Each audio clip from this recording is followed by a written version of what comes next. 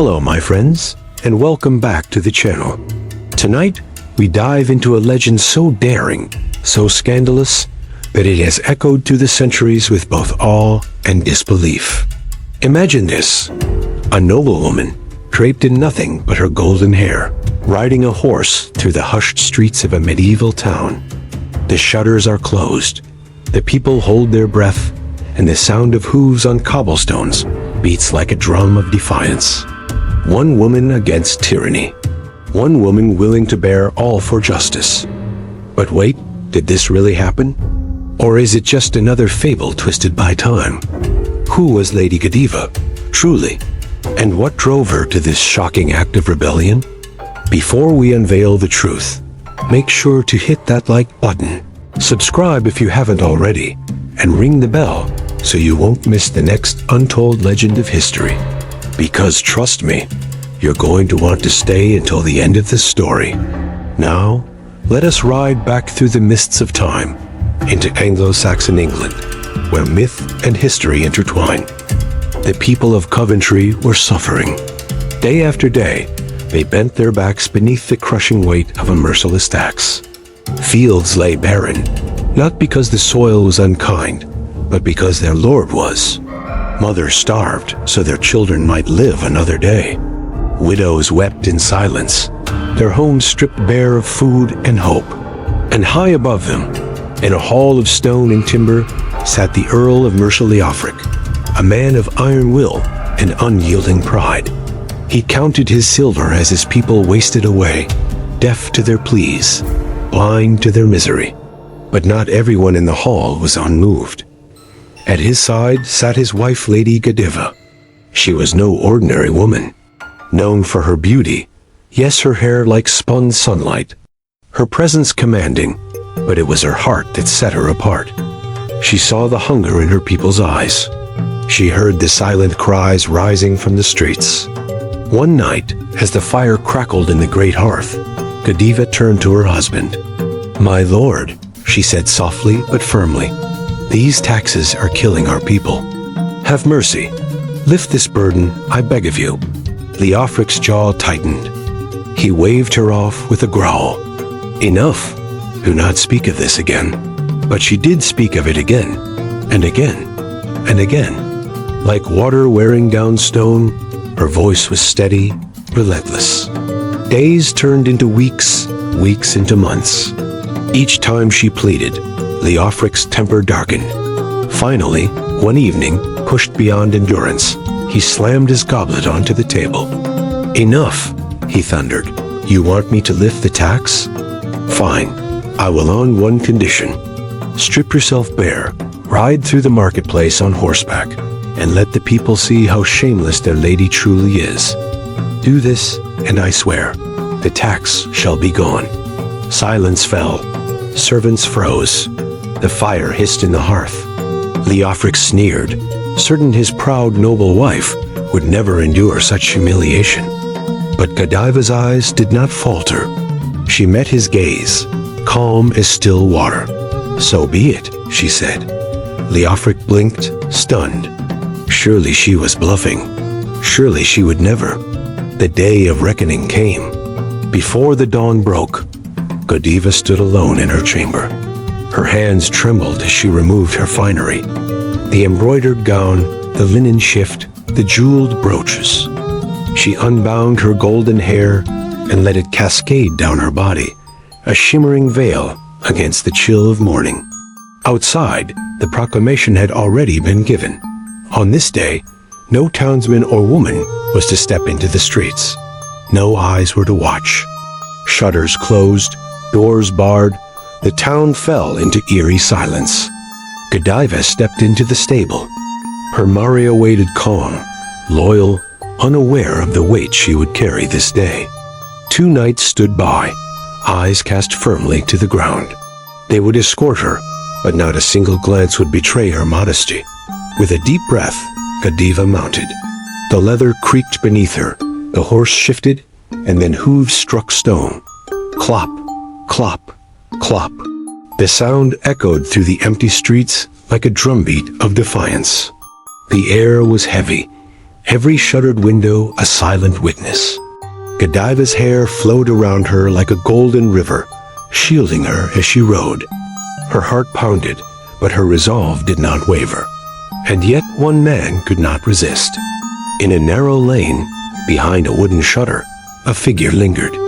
Curiosity burned hotter than fear. He pressed his eye to the crack, desperate for a glimpse of the forbiddance. The people would remember him forever as Peeping Tom. He saw her.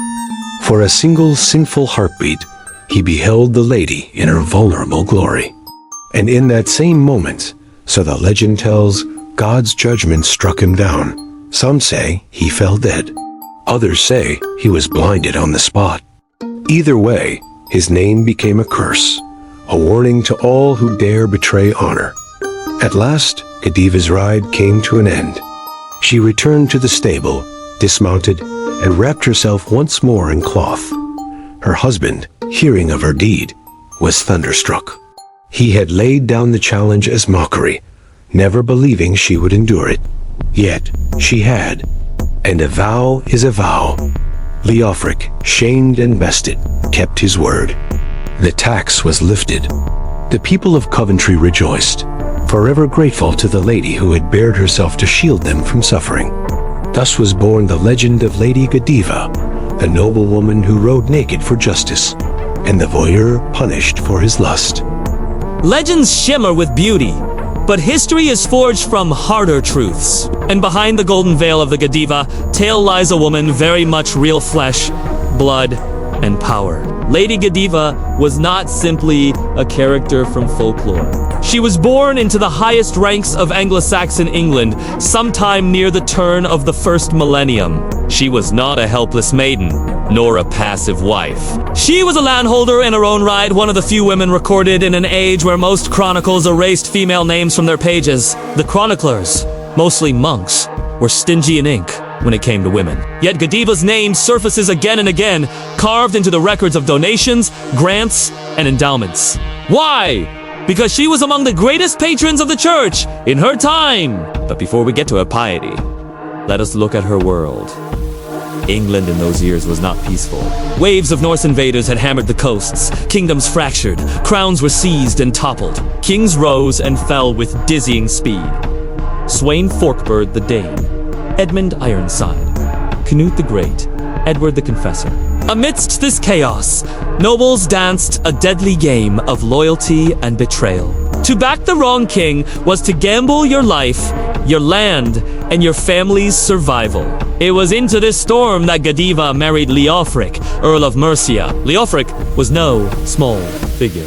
His earldom stretched across the heart of England Mercia, once a kingdom in its own right. He was cunning, adaptable, a man who survived regime after regime while others lost their heads. Together, Godiva and Leofric became one of the great power couples of Anglo-Saxon England. Their wealth was immense, their lands wide, their influence unmatched. But unlike her husband, remembered for political maneuvering, Godiva was remembered for something else: her generosity. In an age where nobles often drained their estates to fund wars and feasts, Godiva poured her wealth into abbeys, monasteries, and churches. Coventry itself had been scarred by violence, its nunnery destroyed during the wars of conquest. Godiva persuaded her husband to found a great monastery there. Together, they rebuilt what had been lost. From jewels to land, from silver crosses to gilded books, Godiva gave with open hands. She sent offerings to churches at Chester, Worcester, Evesham, and far beyond. Even the great cathedral of St. Paul's in London bore gifts from her.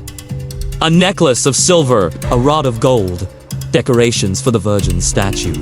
She was no shadow to her husband. She was an active force in her own right.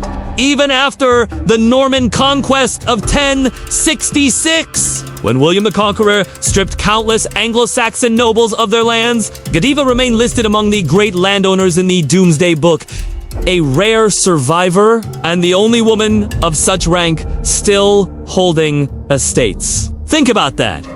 In an age where so many of her peers were erased, she endured, and yet nowhere, not once, in all those meticulous records, is there mention of a naked ride. No monk noted it. No chronicler whispered it. For an act so scandalous, so unforgettable, the silence is deafening. So where did the legend come from? Historians believe the tale was spun centuries later in the 13th century, long after Godiva had died. Perhaps it was born in Coventry itself, whispered by townsfolk as a way to explain why their lady's name was remembered with such reverence. Perhaps it was moral allegory, a tale of sacrifice and humility crafted by monks. Or perhaps it was something bawdier, a medieval attempt at mixing piety with titillation. And what of Peeping Tom? He too is absent from the early versions. His character slinks into the tale much later. In the 17th century, a time when voyeurism was both condemned and secretly relished in the popular imagination, thus, what began as a noblewoman's record of generosity slowly transformed, first into a parable of sacrifice, then into a morality tale of lusts and punishment, finally, into the iconic legend we know today. Why does the image of Lady Godiva endure?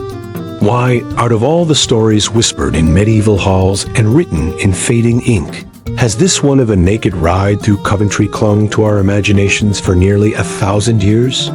The answer lies not only in the tale itself, but in what it represents. At its heart, the Godiva legend is about sacrifice. A noblewoman lowers herself, literally strips herself, so her people might rise. It is a story of power used not for personal gain, but for mercy. In a world where the poor were often forgotten, the idea of a lady standing in defiance against her own husband for the sake of justice was electric. It turned her into more than just a historical figure. It turned her into a symbol. And symbols do not die easily. The story as morality play, medieval storytellers loved parables. They would weave tales of saints who suffered, kings who were humbled, sinners who were punished.